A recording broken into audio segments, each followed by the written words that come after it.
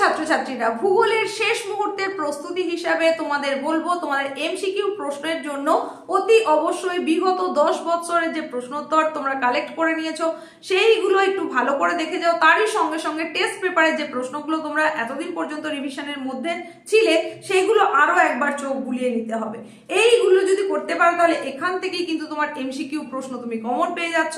এর পরবর্তীতে 2 মার্কের প্রশ্নের জন্য অতি গুরুত্বপূর্ণ যে বাছাই করা প্রশ্নগুলো তোমরা দেখে রেখেছো সেই প্রশ্নের উত্তরগুলোই কিন্তু দেখে নাও আরো একবার ভালো করে।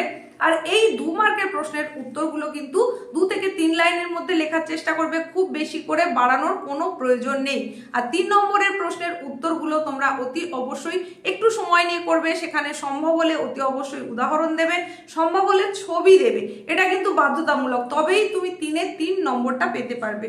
ভূগোল বিষয়টাই এমন, সেখানে একটু কিন্তু ছবির ওপরে গুরুত্ব আরোপ করতে হয়, ছবির ওপরে আলাদা করে মার্কস থাকে, সুতরাং তোমাকে সেটার ওপরে জোর দিতে হবে।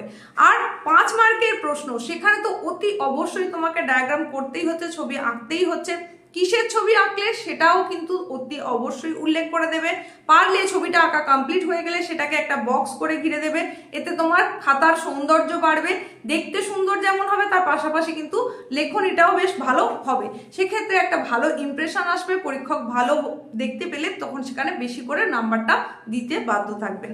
আর এই 5 মার্কসের কোশ্চেনের জন্য তোমরা অতি অবশ্যই বিভিন্ন যে প্রাকৃতিক শক্তি সেগুলোর কাজের ওপরে জোর দেবে, যেমন নদী, বায়ু, হিমবাহ, এগুলোর ওপরে বেশি করে জোর দিতে হবে। কোন কোন প্রশ্নের উপর সব থেকে বেশি করে জোর দেওয়া উচিত সেই সম্পর্কে এর আগেই চ্যানেলের থ্রু দিয়ে তোমাদেরকে সাজেশন প্রোভাইড করা হয়েছে, সেগুলো অতি অবশ্যই দেখে নাও।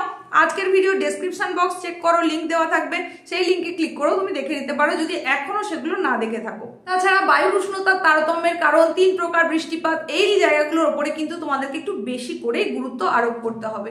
আর ম্যাপ পয়েন্টিং, যেটার উপরে সব থেকে বেশি করে জোর দিতে হবে, কারণ ম্যাপ পয়েন্টিং এ 15 থেকে 20 মিনিট তুমি টাইম যদি দাও সেখান থেকে কিন্তু 10 নম্বর তুলে নিতে পারবে।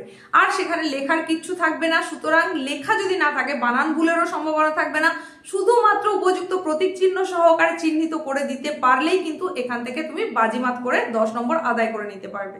তো যেটুকু সময় তোমার হাতে থাকছে এইভাবে প্রস্তুতিটা নিয়ে নাও। তোমাদের প্রত্যেকের পরীক্ষা খুব ভালো, এই শুভকামনার সঙ্গে এখানেই শেষ করলাম। দেখা হচ্ছে খুব তাড়াতাড়ি নতুন আরেকটা উপস্থাপনার সঙ্গে।